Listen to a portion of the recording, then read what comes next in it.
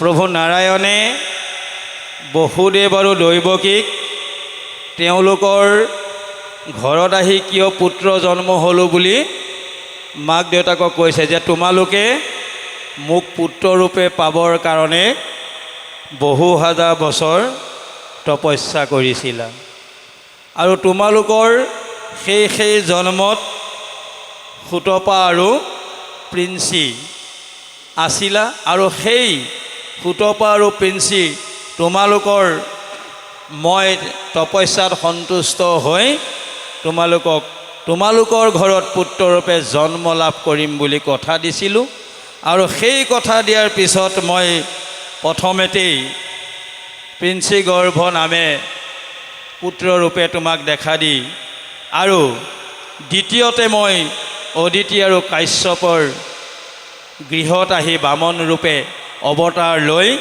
এই তৃতীয় জন্মত মই সমস্ত নিজ অংশে অৱতাৰ ধৰি পেলাই তোমালোকৰ পুত্ৰ হৈ জন্ম লাভ কৰিছোঁ। এইকাৰণে তোমালোকৰ দুখবিলাক হৰণ কৰি নিবৰ কাৰণে। কি কাৰণে? যে ব্ৰহ্মৰূপে চিন্তা নহি কৰা পুত্ৰ স্নেহ ইজনমে অৱশ্যে মুখ্য পাইবা এৰি দে। আমি যদি সকলোৱে প্ৰভু ভগৱন্ত সদৃশ এটি পুত্ৰ বিচাৰোঁ তেতিয়াহ'লে আমাৰ কৰণীয় কাম কি হ'ব? তেওঁক একান্তভাৱে পৰম শ্ৰদ্ধাৰে যিগৰাকী বোৱাৰীয়ে বা যিখন ঘৰত সদায় কৃষ্ণ কথা আলোচনা হ'ব তাত পৰম অমৃত সদৃশ মহাভাগৱতৰ জন্ম হ'ব। সেইকাৰণে ব্যাসদেৱে ভাগৱত লিখাৰ পূৰ্বে তেওঁ পদ্মপুৰাণ উত্তৰাখণ্ডত ভাগৱত মহাত্মাৰ ৩য় অধ্যায়ত বৰ্ণনা কৰিছে যে কথা ভাগৱত শ্ৰৱী নিত্যম ভৱতি যত গৃহে তত গৃহম তীৰ্থৰূপাহি বাসতম পাপনাশনম। যিখন ঘৰত সদা সৰ্বদা ভাগৱতৰ কথাহে আলোচনা হ'ব, যিখন ঘৰত সদা সৰ্বদা সন্তৰ সং হ'ব, সেইখন ঘৰত কৃষ্ণৰ দৰে পুত্ৰ নিশ্চয় নিশ্চয় জন্ম হ'ব। এয়া কৃষ্ণপ্ৰভু ভগৱন্তই বসুদেৱ আৰু দৈৱকীক নিজৰ মুখে ব্যক্ত কৰিছে। হে মা, হে পিতৃ, মোক যোনে যোনে যি ৰূপত পাব বিচাৰে মই ভকতক ৰক্ষা কৰিবৰ কাৰণে, ভকতক উদ্ধাৰ কৰিবৰ কাৰণে সেই ৰূপত মই মোৰ ভকতক উদ্ধাৰ কৰি সদায় মোৰ সমীপত ৰাখিম। মই সদায় বৈকুণ্ঠলৈ মোৰ ভকতসকলক মই অকণো কষ্ট নোপোৱাকৈ দুখ নোপোৱাকৈ লৈ যাম। সেইকাৰণে আমাৰ চিন্তনত সদায় ভাগৱত ধৰ্মই প্ৰাধান্য পাব লাগে। যদিও অসমৰ চুকে কোণে ভাগৱত ধৰ্ম প্ৰচাৰ প্ৰসাৰ হৈছে তথাপিও ক'ৰবাত যেন আমাৰ ভাগৱতৰ প্ৰতি শ্ৰদ্ধা বা স্নেহ কমি যোৱা নিচিনা লাগে, হয়নে বাৰু? কাৰণ আমি ভাগৱত শুনাৰ সময়তহে কৃষ্ণৰ কথাত ৰতি মতি দিওঁ, তাৰপিছত গৃহখনলৈ যোৱাৰ পিছতে আমাৰ বিভিন্ন মায়াই আগুৰি লয় আৰু কোনোবাই বিভিন্ন দেৱ দেৱতাৰ কথা কয় যে আমুক মন্দিৰত চাকি গছি দিলে বোলে পবিত্ৰ হয়, তাত পুত্ৰ কামনা জন্ম হয়, তাত গ'লে মানুহৰ ধন ঐশ্বৰ্য বৃদ্ধি হয়। এই যিবিলাক ভুল সিদ্ধান্ত আমাৰ মনত সোমোৱাই দিয়ে, কিয় সোমাই? আমি মায়াত ৰতি হৈ আছোঁ। মায়াই আমাক বিষয়ৰ সুখবিলাকৰ ফালে লৈ যায়। সেইকাৰণে ভাগৱতে কৈছে যে অবস্তুক দেখাৱে বস্তুক আৱৰি এহি মূৰ মায়া আকৌ জানা নিষ্ঠ কৰি। আমি অবস্তুৰ পিছত বস্তু বুলি বিচাৰি ফুৰিছোঁ আৰু সেইবিলাককে বস্তু বুলি ভবাৰ কাৰণে আমাৰ সদায় সুখ বিচাৰোঁতে দুখৰ উপৰিও দুখ আমি পাইছোঁ। যদি আমি বস্তুক কেৱল মাত্ৰ বস্তু বিচাৰিবলৈ হয় তেতিয়াহ'লে আমি কাৰ ওচৰলৈ যাব লাগিব? ভাগৱত গ্ৰন্থ মহাবস্তু, গুৰুজন মহাবস্তু, পৰম নাম সিংহ হৈছে মহাবস্তু। গতিকে এই এইবিলাকৰ প্ৰতি আমি লক্ষ্য নাৰাখি আমাৰ জীৱনৰ সুখ আৰু আনন্দৰ কাৰণে আমি পুত্ৰ, পৰিবাৰ, ধন, ঐশ্বৰ্য এইবিলাককে বস্তু বুলি ভাবাৰ কাৰণে ভগৱন্ত সদৃশ পুত্ৰৰ জন্ম আমি আজিও প্ৰহ্লাদৰ নিচিনা সন্তান জন্ম দিব পৰা নাই। ভগত বৎসল প্ৰভু ভগৱন্তই আমি শাস্ত্ৰত পাইছোঁ যে তেওঁ অজ, মানে নাই, জ মানে জন্ম বা মৃত্যুৰ যান্ত্ৰণা। যিজনৰ জন্মও নাই, যাৰ মৃত্যু নাই, সেইজনকে অজ বুলি কৈছে। আৰু ভগৱান সেই অজজনে ভকতৰ দুখবিলাক, ভকতৰ দুৰ্গতিবিলাক নাশ কৰিবৰ কাৰণে তেওঁ অজ হৈও কিন্তু জন্ম লাভ কৰিবলগীয়া হৈছে। কাৰণ কীৰ্তনত শংকৰ গুৰুজনাই কৈছে, কৃষ্ণৰূপে দৈৱকীত ভৈলা অৱতাৰ, শংখ চক্ৰ গদা পদ্ম কৰত তোমাৰ। এতিয়া শাস্ত্ৰই কৈছে, কংসক শংকীয়া যেবে শুনিয়া উপায়, থৈও নিয়া মোক গকুলত পলুৱাই। যদি তোমালোকে কংসলৈ ভয় কৰিছা, মোক কংসই মাৰি পেলাব বুলি ভাবিছা, তেতিয়াহ'লে মোক এক সুৰক্ষিত জেগালৈ মনে মনে ৰাতিটোৰ ভিতৰতে পলাই লৈ গুচি যোৱা। আৰু কৈছে, উপজীৱে যুগমায়া যশোদাৰ ঘৰে, মুকত থৈয়া টাংকলয়া আশীও সত্ৰৰে। কেঁচুৱাটোতো থৈ আহিলে নহ'ব, সুদা হাতে আহিলে কংসই যদি অষ্টম সন্তানটো নাপায়, তেতিয়াহ'লে বসুদেৱ আৰু দৈৱকীকে মাৰি পেলাব। গতিকে ভগৱন্তই বুদ্ধি দিছে যে হাতত কিবা এটা লৈ আহিব লাগিব। গতিকে ইতিমধ্যে যশোদাৰ গৃহত যোগমায়া জন্ম হৈছে। সেই যোগমায়াক আনি পেলাই মোক সেই শয্যাত তুমি মনে মনে থৈ আহিবা। এহি বুলি তাসম্বাক বিষ্ণু ভৈলা চুপ, দুহান্তৰো আগতে ভৈলন্ত শিশুৰূপ। এই কথাখিনি প্ৰভু ভগৱন্তই চতুৰ্ভুজ ৰূপ ধৰি বসুদেৱ আৰু দৈৱকী কংসৰ কাৰাগাৰত অন্ধকাৰৰ ভিতৰতে দেখুৱাইছিল। আৰু যেতিয়াই কথা শেষ হ'ল, তেতিয়াই কি কৰিলে, এটা শিশু ৰূপ ধৰি প্ৰভু ভগৱন্তই বসুদেৱৰ লগত এতিয়া ক'লে গুচি আহিব, ভাগিল নিহনতাৰ পাৱত আপুনি, পুত্ৰক কোলাতলয়া বজাইব খোজন্তে। ভাগিল নিহলতাৰ পাৱত আপুনি, কংসই বসুদেৱ আৰু দৈৱকী কংসৰ কাৰাগাৰত সোমোৱাই লোহাৰ শিকলিয়ে গোটেই হাত ভৰি বান্ধি দৰ্জাত তলা লগাই থৈ দিছে। যে কৃষ্ণ জন্ম হোৱাৰ লগে লগে সেই সকলোবোৰ আপোনা আপুনি খোল খাই গ'ল। পুত্ৰক কোলাতলয়া বজাইব খোজন্তে, উপজিলা যুগমায়া যশোদাৰ হন্তে। এই কৃষ্ণক কোলাত লৈ বসুদেৱে যেতিয়া কংসৰ কাৰাগাৰৰ পৰা ওলাই আহিছে, ইতিমধ্যে নন্দৰ গৃহত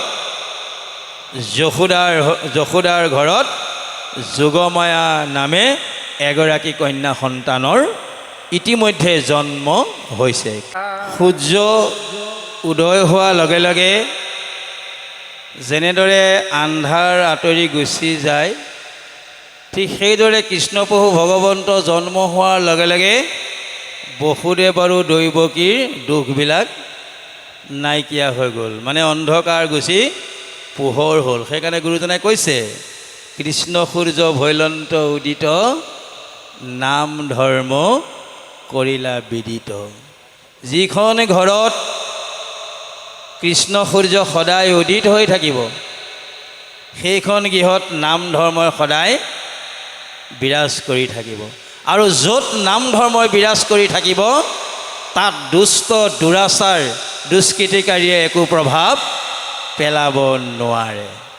সেইকাৰণে ব্ৰহ্মাই নিজ পুত্ৰ কলিক এটা কথা কৈছিল, হৰি নাম কীৰ্তনত নাহিকে বিঘিনী, তাত দুহ আচৰিলে আপুনি মৰিবি।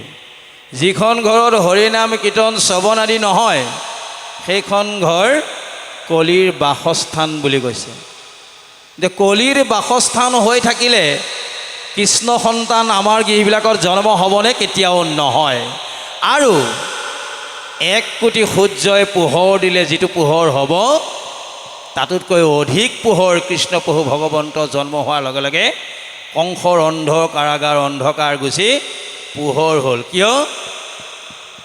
শৰীৰৰ ৰত্নগণে ফুৰে পাখৰাই, আন্ধাৰতো খুজি পান্ত বোলে লুকানো নাযায়। যশোদাই মাখন দধি আদি কৃষ্ণই পাব বুলি, চুৰ কৰি খাব বুলি অন্ধকাৰ কোঠাত সোমোৱাই লুকুৱাই থৈ দিছে যে কৃষ্ণই খাব নোৱাৰে। যিজন কোটি সূৰ্যৰো অধিক পোহৰৰ গৰাকী, তেওঁৰ ওচৰত কিবা বস্তু ঢাকিব পাৰিবনে? একো বস্তু ঢাকিব নোৱাৰে। গতিকে তেওঁ সোমাই যোৱাৰ লগে লগে কি হৈছে? শৰীৰৰ ৰত্নগণে ফুৰে পখৰাই, আন্ধাৰতো খুজি পান্ত লুকান নাযায়। এতিয়া আমি একান্ত সেৱক, শ্ৰীমন্ত শংকৰদেৱ সংঘৰ একান্ত সেৱক বুলি বুকু ডাঠি কৈছোঁ, হয়নে বাৰু?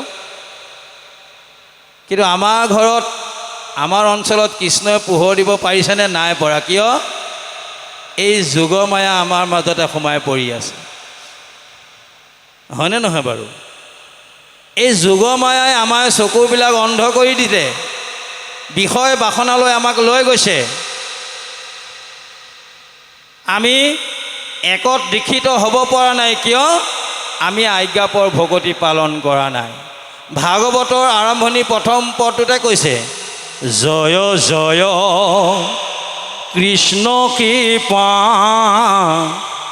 ময় মহেশ্বৰ, যাৰ আজ্ঞা শিৰে বহে ব্ৰহ্মা হৰিহৰ। যাৰ আজ্ঞা শিৰোগত কৰি ব্ৰহ্মা আদি দেৱতাসকলে নিজ নিজ স্থানত থাকি প্ৰভু ভগৱন্তৰ আদেশত ভগৱন্তই কৰিবলৈ দিয়া কামবোৰ কৰি আছে। ঠিক বসুদেৱেও কৃষ্ণৰ আজ্ঞা পালন কৰি কৃষ্ণক কোলাত লৈ এই গভীৰ ৰাতি অকণো ভয় নকৰাকৈ কংসৰ কাৰাগাৰৰ পৰা বসুদেৱে কৃষ্ণৰ আজ্ঞা পালন কৰি কৃষ্ণক সুৰক্ষিত স্থানলৈ লৈ গৈছে।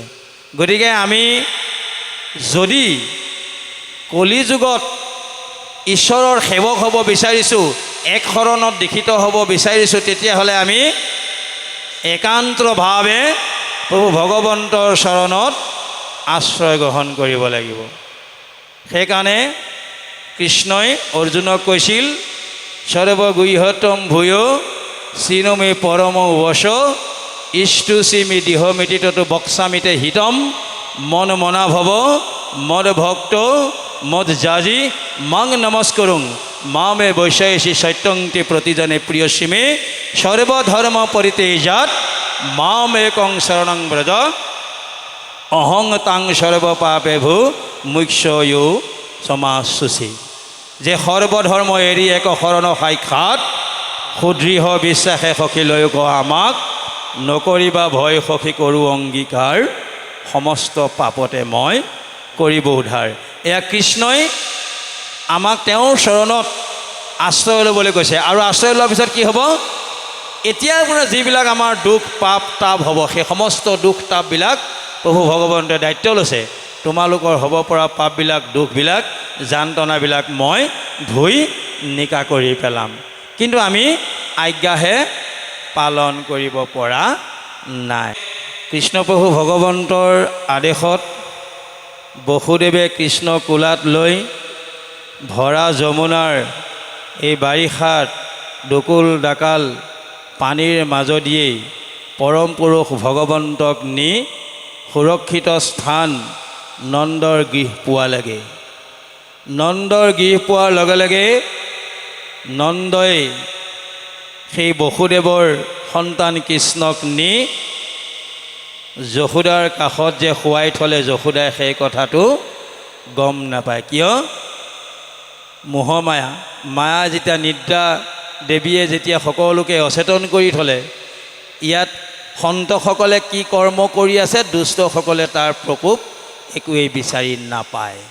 সেইকাৰণে মনে মনে যশোদাৰ ওচৰত কৃষ্ণক শুৱাই থৈ এই যশোদাই জন্ম দিয়া যোগমায়াক আনি বসুদেৱৰ হাতত গতাই দিলে। বসুদেৱে আনি কংসৰ কাৰাগাৰ পোৱাৰ লগে লগে দৰ্জাবিলাক যেনেকৈ খুলি গৈছিল, আপোনা আপুনি তেনেকৈ দৰ্জাবিলাক বন্ধ হৈ গ'ল। আৰু কেঁচুৱাৰ কান্দোন শুনি এই মোৰ প্ৰাণবৈৰী জন্ম হ'ল বুলি উধাটো খাই আহি কংসই যমৰ নিচিনাকৈ আউল বাউল শেষ, পিন্ধনত কোনো গতিবিধি নাই, তেওঁ মানে মৃত্যু আঁতৰাবৰ কাৰণে দৌৰি আহিছে। আহি সেইখিনি সময়তে কি কৰিছে শংকৰ গুৰুজনাই সেই অধ্যায়টো শেষ কৰি আমাক ভকতৰ মাজলৈ এটি সুন্দৰ উপদেশ দাঙি ধৰিছে। কি উপদেশ দাঙি ধৰিছে? হেন জানি একচিতে শুনা সাৱধানে, নেৰিবা কীৰ্তন যাৱে প্ৰাণ থাকে মানে। কলিযুগৰ মানুহৰ প্ৰধান কামটো হৈছে কি? একান্ত ভাৱে পৰম আনন্দে কৃষ্ণৰ কথা আনন্দ মানে শ্ৰৱণ কৰিব লাগে। কৃষ্ণৰ কথা শুনিও যিসকলে মনত আনন্দ কৰিব নোৱাৰে তেওঁলোকৰ ভকতি কেতিয়াও বিস্তাৰিত নহয়। সেইকাৰণে কৈছে হেন জানি একচিতে শুনা সাৱধানে, নেৰিবা কীৰ্তন যাৱে প্ৰাণ থাকে মানে।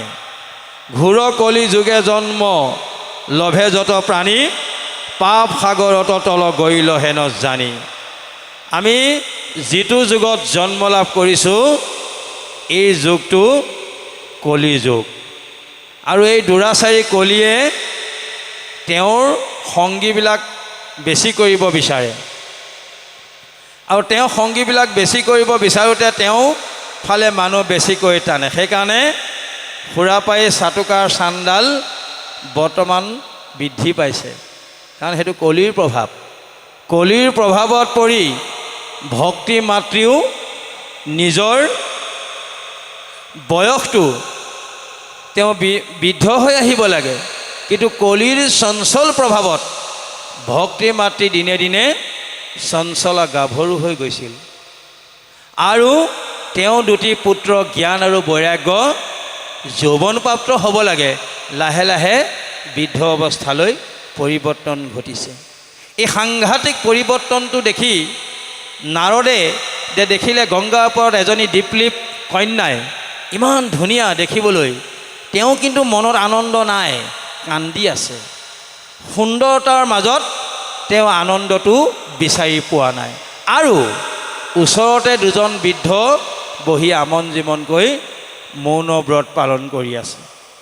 এই কথাটো দেখি নাৰদে নামি আহি সেই দীপলিপ কন্যাগৰাকীক সুধিলে যে হে কন্যা, ইমান সুন্দৰ ৰূপ যৌৱন, তুমি আনন্দ কৰিব লাগে, হাঁহিব লাগে, যৌৱনটো তুমি ইচ্ছামূলকভাৱে ব্যৱহাৰ কৰিব লাগে, কিন্তু তুমি ইমান সুন্দৰ হৈও মনত আনন্দ নাই, কিয় কান্দি আছা? আৰু কাষত এই দুজন বৃদ্ধ পুৰুষ কোন? তেতিয়া ভক্তি মাতৃয়ে কৈছিলে, কি ক'ম নাৰদ মুনি, মই আচলতে ভকতিৰ মাতৃ। কলিৰ প্ৰভাৱত পৰি মই দিনে দিনে বৃদ্ধ হ'ব লাগে, কিন্তু কলিৰ প্ৰভাৱে মোক চঞ্চলা গাভৰুলৈ পৰিৱৰ্তন কৰাই দিছে। আৰু কাষত বহি থকা সেই দুজন মোৰে পুত্ৰ, এজন জ্ঞান আৰু আনজন বৈৰাগ্য, তেওঁলোকে যৌৱন পাব লাগে, তেওঁলোকে বৃদ্ধ অৱস্থালৈ গৈছে, আৰু মই বৃদ্ধ হ'ব লাগে, মই লাহে লাহে কলিৰ প্ৰভাৱত চঞ্চলা হৈ পৰিছোঁ। গতিকে এইবিলাক কিছুমান প্ৰাকৃতিক পৰিৱৰ্তন কলি যুগত হৈ থাকে, আৰু সেই প্ৰভাৱৰ পৰা মুক্তি পাবৰ কাৰণে যেতিয়া ভক্তি মাতৃয়ে বিচাৰিছিল যে ইয়াৰ পৰা মুক্তি পোৱাৰ উপায় কি, মই কেনেকৈ এই দুখৰ পৰা পৰিত্ৰাণ পাম, তেতিয়া নাৰদে কৈছিল, চাৰি সিদ্ধক আমন্ত্ৰণ জনাই আনি ভাগৱত শ্ৰৱণ আৰু কীৰ্তন কৰাৰ লগে লগে য'ত ভাগৱতৰ কথা হ'ব তাত তালে কলি যাবই নোৱাৰে, কাৰণ পিতৃ ব্ৰহ্মাই হাক দি থৈছে, হৰি নাম কীৰ্তনত নাহিকে বিঘিনী, তাত দুহ আচৰিলে আপুনি মৰিবি। ক'ত ক'ত থাকিবলৈ দিছে? জৈত্ৰ মন্ত্ৰ তন্ত্ৰ বেদ আচৰয়, সবাহাৰে অধিকাৰী হৈ বিকলিতয়। য'ত তন্ত্ৰ মন্ত্ৰ বেদৰ বাণীসমূহ, য'ত পূজা পাতল হ'ব, য'ত যজ্ঞ হ'ব, সেই কলি তোক তেনেহেন জেগাত থাকিবলৈ দিছোঁ। আৰু য'ত ভাগৱত ধৰ্ম হ'ব, য'ত কৃষ্ণৰ কথা চলিব, য'ত সন্ত পুৰুষে প্ৰভু ভগৱন্তৰ গুণানুকীৰ্তন কৰিব সেই জেগালৈ কলি কেতিয়াও আহিব নোৱাৰে। সেইকাৰণে কলিক খেদাবৰ কাৰণে নাৰদ মুনিয়ে ভক্তিৰ মাতৃৰ কাষলৈ ব্ৰহ্মাৰ 4 মানস পুত্ৰক মতাই আনি 12 স্কন্ধলৈকে ভাগৱত শ্ৰৱণ কৰাত সেই মাতৃগৰাকীয়ে স্বাভাৱিক অৱস্থা ঘূৰাই পাইছে আৰু জ্ঞান আৰু বৈৰাগ্য পুত্ৰীও লাহে লাহে যৌৱন প্ৰাপ্ত হৈছে। গতিকে আমি ভাগৱত এইকাৰণেই শুনিব লাগে আমাৰ দেহৰ পৰা যাতে দুৰ্বাসনাবিলাক নাশ কৰিব পাৰি। দুৰ্বাসনাবিলাক কেনেকৈ নাশ হ'ব? ভাগৱতে কৈছে ৰাম নাম উচ্চাৰণব মুখানি জাতি পাতকম। ৰা শব্দৰ দ্বাৰা ৰা শব্দ উচ্চাৰণব মুখানি জাতি পাতকম পুণ্যং প্ৰবিষ্টং ভৱতি মকাৰাত্মং কপাতকম। মহাপুৰুষ মাধৱদেৱে কৈছে ৰা শব্দ উচ্চাৰণে ৰাম ৰাম ৰাম মুখ হন্তে পলাই যায় পাপ মানে।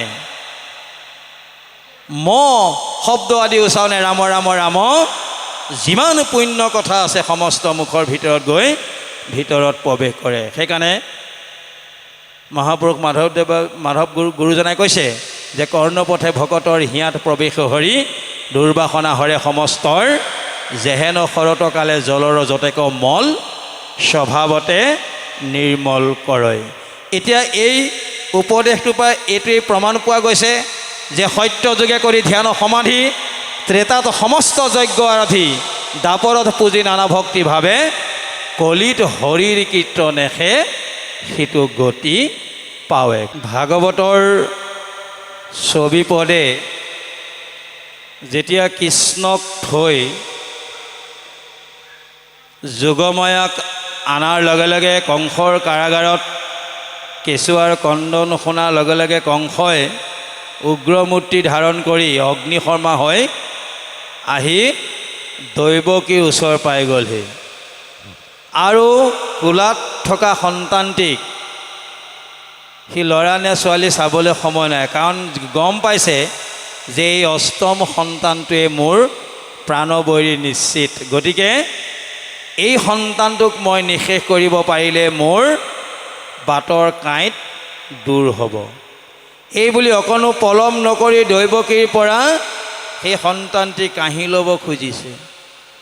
তেতিয়া আই দৈৱকীয়ে ইতিমধ্যে দাদাকক কৈছে, হে দাদা, ইতিমধ্যে তই মোৰ বহুকেইটি সন্তান আগতে মাৰি পেলালি, 6টা পুত্ৰ ইতিমধ্যে মাৰি পেলালি, 7 নম্বৰ পুত্ৰটো কিবা কাৰণত ক'ৰবাত কেনেবাকৈ নাইকিয়া হৈ গ'ল, তোৰ ভয়তে পৃথিৱীলৈ নাহিলে, এনেকৈ বুলি কৈছে। আৰু কৈছে যে এই কন্যা সন্তানটিৰ পৰা তোমাৰ দৰে এজন বীৰৰ একো হানি নহয়, যি হ'ল হ'ল, এই কন্যা সন্তানটিক মোক দি পেলাই মোৰ প্ৰাণটো তই ৰক্ষা কৰ, নহ'লে মই এই ছোৱালীজনীক নাপালে মই থাকিব নোৱাৰিম। মোৰ শোকে খুন্দা মাৰি ধৰিছে। ইমান নম্ৰভাৱে বুজোৱাৰ পিছতো কংসই সেই নিজৰ ভগিনীৰ প্ৰতি অকণো দয়াভাৱ নাই। কিয়? তেওঁৰ হৃদয়ত মৃত্যুৰ ভয়টো লাগি আছে, তেওঁক আধি ভৌতিক তাপে সন্ত্ৰাপিত কৰি আছে। সেইকাৰণে কৈছে ভাগৱতে ত্ৰাপত্ৰয়ো উন্মূলনম। আমি সদায় 3 তাপত ত্ৰাপিত হৈ থাকোঁ, আধি দৈবিক, আধি ভৌতিক আৰু আধ্যাত্মিক। গতিকে সেই 3 তাপৰ পৰা কেনেকৈ মুক্তি পাব পাৰে সেই বিষয়ে বহলাই আমাৰ শইকীয়া বাপজনা ইতিমধ্যে আমাৰ মাজত উপস্থিত হৈছে, তেখেতে ক'ব। আৰু কংস কিয় ইমান নিৰ্দয় হ'ল তাকে অকণমান থুলমূলভাৱে আমি আভাস দিব বিচাৰিছোঁ। যাৰ জন্মত খেলি মেলি আছে তাৰ কৰ্মটো খেলি মেলি হ'বই। কংস আচলতে উগ্ৰসেনৰ পুত্ৰ নহয়েই। যদি উগ্ৰসেনৰ পুত্ৰ হ'লহেঁতেন তেওঁ উগ্ৰসেনৰ দৰে স্বভাৱসুলভ হ'লহেঁতেন। এই ভুলটো কৰিলে উগ্ৰসেনৰ পত্নীগৰাকীয়ে। তেওঁ স্বামীৰ একান্ত শুশ্ৰূষিনী হৈও এটা সময়ত স্বামীৰ পৰা আঁতৰি থাকি নিজ পিতৃগৃহত খুব আনন্দৰে, যেনেকৈ ছোৱালীবিলাক বৰ্তমান থাকে, ৰাতি 12টা বজালৈকে আজিকালি ছোৱালীবিলাক ঘৰলৈ নহা হৈছে। ঠিক সেই উগ্ৰসেনৰ পত্নীও পিতৃৰ ঘৰত যদিও বিয়া দিছিল, সেইবিলাক বহুদিন থকাৰ কাৰণে মই যে বিয়া হৈ এজন স্বামীৰ লগত সহবাস কৰিছিলোঁ, সেই কথাবিলাক পাহৰি দিনে ৰাতিয়ে লগৰ ছোৱালীবিলাকৰ লগত ঘূৰি ফুৰিবলৈ ল'লে। এইদৰে ঘূৰি ফুৰোঁতে এদিন এটা দ্বীপত, মানে এটা সৰোবৰত অৰ্ধনগ্ন অৱস্থাত তেওঁলোকে গা ধুই আছিলে কেইজনীমান ছোৱালীৰ সৈতে। আৰু সেইফালেদিয়ে জম্ভ নামৰ এজন অসুৰ কিবা কাৰণত ভ্ৰমণ কৰি সেই দ্বীপলীপ কন্যাগৰাকীক দেখিলে, দেখি নামি আহিল আৰু গম পালে সেইগৰাকী উগ্ৰসেনৰ পত্নী। এজন লোকৰ এগৰাকী পত্নী হৈও তেওঁ যে ইমান চঞ্চল হৈ এই কামনা বাসনাত তেওঁ যে সৰোবৰত গা ধুই আছে, এই লোভত, সেই দেহৰ লোভত জম্ভ অসুৰ লোভিত হৈ উগ্ৰসেনৰ ৰূপটো ধৰি ল'লে আৰু ধৰি লৈ লাহে লাহে তেওঁ কাষলৈ গুচি গ'ল।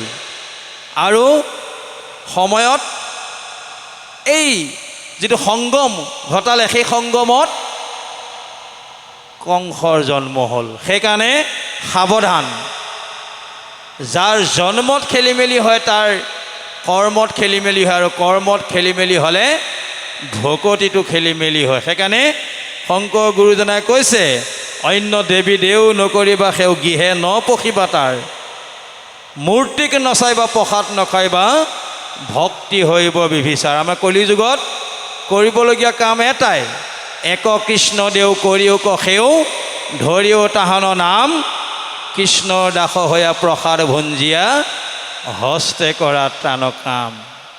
এইখিনিকে কৈ আজি আমাৰ মাজত উপস্থিত হোৱা পৰম শ্ৰদ্ধাৰ অতিথি বাপজনাক আমি সমিতিৰ বিষয়ববীয়াক আসনলৈ আনিবৰ বাবে সেৱা ধৰিছোঁ। কৃষ্ণ।